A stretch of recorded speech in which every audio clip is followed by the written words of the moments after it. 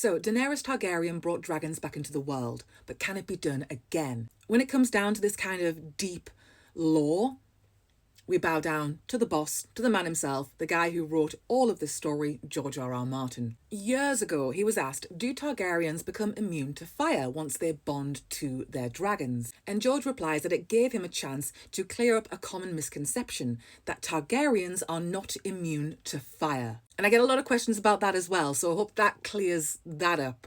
He says, the birth of Dany's dragons was unique, magical, wondrous, a miracle. And he explains that her names, Khaleesi, Breaker of Chains, Mother of Dragons, and the Unburned, she's called the Unburned because she walked into the flames and lived.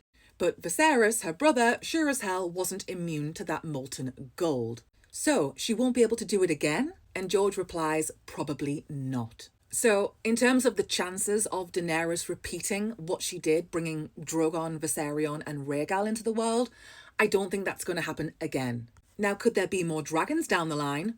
Absolutely. I am certain that there are dragon eggs dotted around. Maybe they're deeply hidden and people just don't know they're there. I do not believe that they gathered up every dragon egg that was ever laid. So I think there's always potential for more dragons to hatch from these eggs, that surely there's a couple around. Plus, there is potential for Daenerys' dragons themselves to lay eggs of their own. But in terms of a miracle like what happened with Dany and her dragons happening again, it seems like that was just a one-off event. And my personal belief is that the reason that Daenerys was successful when she walked into that pyre, it's because she did it firstly willingly, of her own volition. And secondly, she did it because she had an awareness, she had knowledge that was pushing her towards this particular action. How did she know what to do, I hear you ask? She had dragon dreams, and these are very important.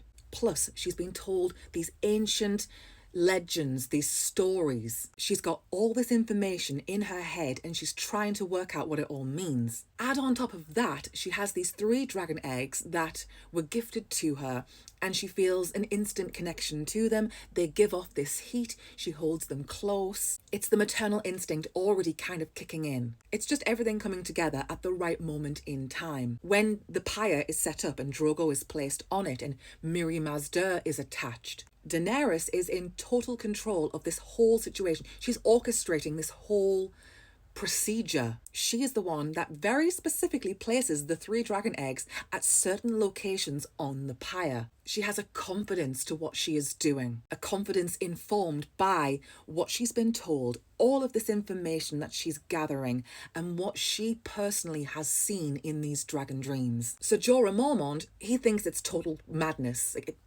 He's like, are you crazy? But he doesn't have the benefit of the information that Daenerys herself has. It's all there in her head. And when she steps forward into the pyre, she does so willingly. She's happy to do it. She knows that she herself has to be the final component by stepping into the fire personally. Because she did that, it's like she was, for lack of a better word, she was protected from the flames. The miracle protected her. It was a special, unique moment, not something that any old person could do. It takes the right kind of person and the right kind of person doing it for the right reasons. So I can completely understand why George wants what happens with Daenerys to be a completely one-off event. If everyone starts doing it, then it's not so special. I don't think Dany's 3 dragons are the last dragons, and I don't think they are the last of the mythical creatures that I believe exist in this world. I'm fully sold that there are krakens and manticores and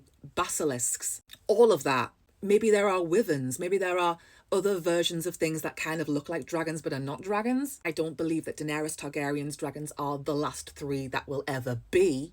But I do fully believe what George is saying, and I understand why he's saying it, that what happened to create the dragons and bring them back into the world, that moment itself was a one-off special event. And we're not going to see that kind of moment again, not just from Dany, but from anyone.